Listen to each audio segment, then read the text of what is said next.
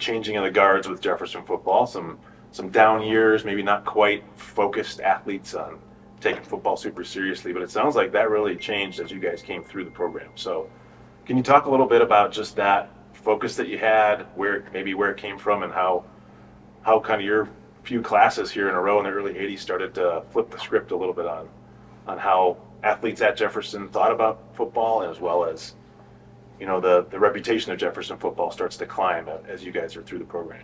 You know, when I first think about it, I think about our home life. We all had parents that gave us support and structure and held us accountable if we messed up. And we didn't talk back.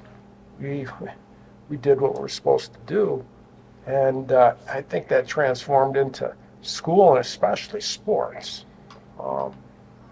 Just we wanted to be the best. We competed hard, and we loved it. And we loved working out. We had passion to do those things. And I guess being a new school, when we were in 13, 14 years old, we were seeing the success of Jefferson. And I think that really stirred an excitement amongst all of us as we were going through BAA during that time. Mm-hmm. And I think we had a real contagious group of friends that we just wanted to hang out with, and our activity was working out or competing just in backyard games or anything. We had a group of guys that just cared for each other, I think, and we were competitive within each other, just in the weight room or wherever we were with that. And I think that was just I don't know if that's unique, but you just genuinely, your recreation time was just being together, both in school, out, you know, structured or non-structured, and that got contagious. And yeah. And the weight room, I mean, it's probably way different now, but back then, schools didn't have weight rooms. It was a universal gym. Yeah, but we got Cybex or whatever those things were called.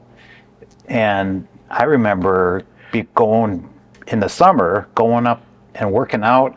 The place was packed. You couldn't hardly get in to do bench presses. Yeah. And, you know. It became the social life, too. You look forward to seeing your buddies up there. That was competitive, too, because we had like the 200-pound bench club and the 250. I mean, there was all those gradations as you hit different peaks.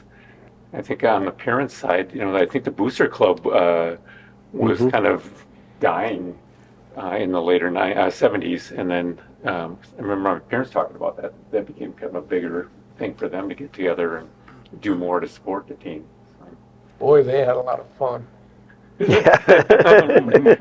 I'd hear from my dad about, you know, after the football game with the booster club parents, and they had a lot of fun. I think we all had a lot of fun. It was great. So as we think about, you know, you talked about the neighborhood and hanging out, you know, outside of school as well. That was also an era of Purple People Eaters, Vikings coming through, and a lot of folks in and around Bloomington and things like that. So it was kind of the place to be for a lot of pro players that lived here. So what do you remember about kind of that time and that era, I guess, of just football in the community of Bloomington at that point in the Twin Cities?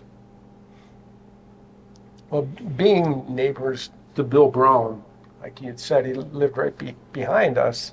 I was fortunate enough to meet a lot of the Vikings players, and our parents were very close. And I remember Fred Cox and Dave Osborne hiding a snowmobile in our garage for Mr. Brown for a birthday present. And I was able to go to some football camps with Scott, Bill Brown's son, and Scott was a year ahead. And we were very good friends when we were really young, going to a camp held by Mick Tingelhoff and being exposed to all of these, you know, different players, or going to practices at the old Met Center with Bruce Grant, and that's when Bud Grant was coaching back then. It just made it so accessible and so easy having those professionals really be involved in the community. It really helped us all, I think. I can remember Bill Brown coming to our football banquet, and I asked my dad how did he arrange that, and he said, well, I looked his name up in the phone book. Wow. That's great. Amazing. That's Different fantastic. era. Yeah.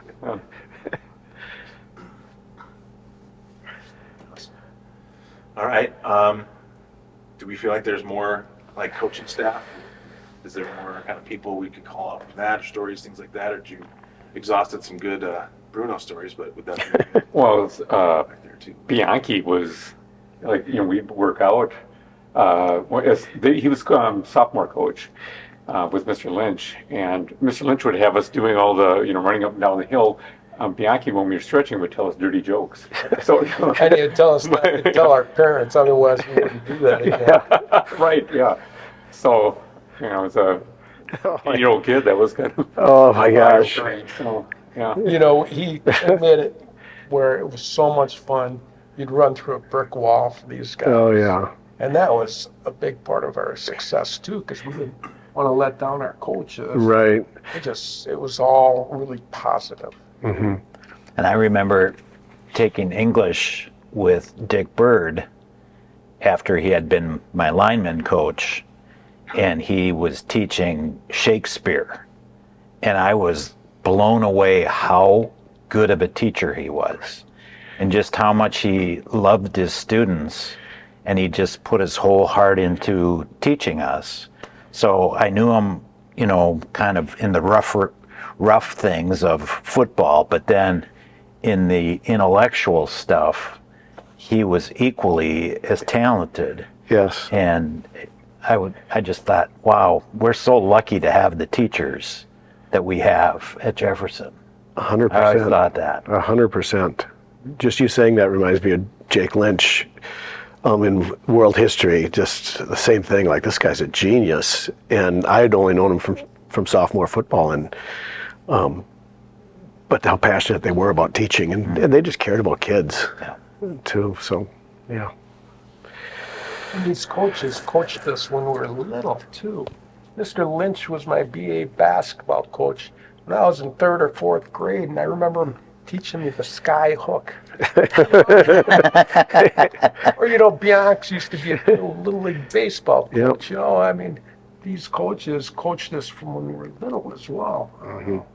So it was a real tight relationship with your coaches and your players and everything. Mm-hmm. Denny Milherrick, I played defense, and he was just an overall a great guy. Yes, Good teacher, good coach. absolutely. You Well- guys know. Okay.